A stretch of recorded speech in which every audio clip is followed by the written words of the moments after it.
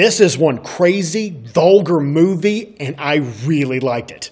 The Wolf of Wall Street is the story of Jordan Belfort, a stockbroker in the 90s who rose to crazy amounts of wealth and even crazier antics. Directed by Martin Scorcese, this movie just embraces the insanity of a true story with outrageous, oddball humor and some pretty powerful dramatic turns. Jordan Belfort rises to become one of the most powerful and influential men on Wall Street, but he doesn't come by it honestly. Deception and fraud are just his normal business tactics.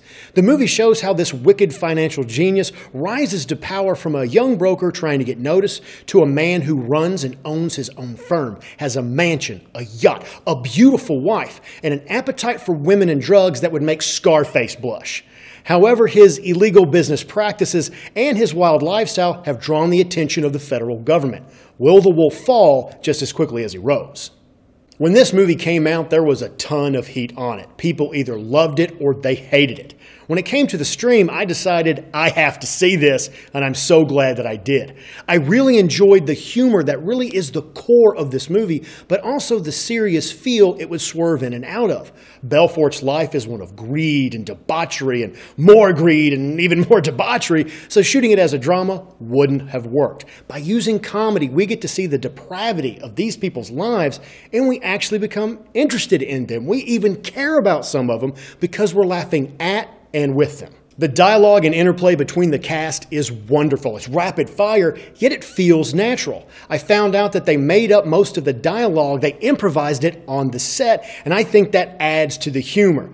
Now, as crazy as this movie does get, it never falls into satire or too much slapstick.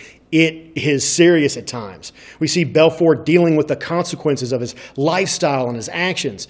We see that the people involved, they've got crazy lives, but there's also depth to their characters, and we see that they care and love one another, even in the cutthroat world that they've helped create. I should stop being surprised by Leonardo DiCaprio, but he got me again. He takes Belfort, and this is a character we should despise, but he takes the tragedy of this guy's life and makes us care about him. He also brings a hilarious mania to the role that's going to have you laughing so hard, you're going to need to rewind the film to see what you missed. DiCaprio was the major force that got this film made, and it was hard work that absolutely paid off. We also get the career-launching performance of Margot Robbie, who plays Belfort's wife, Naomi. This proves that she is far more than just a bombshell. This is an intense actress. And the rest of the cast just works so well together. I wish I had the time to do a point-by-point talk about everybody, but let me just say this. You're going to see a howling commando, Shane from The Walking Dead, that guy from Superbad, and the king of, what the hell did that guy just say? Matthew McConaughey, all being great. I do want to warn you about how explicit this movie can get with the sex and the drug use. People are going to have their faces buried in mountains of cocaine and having sex pretty much anywhere at any time.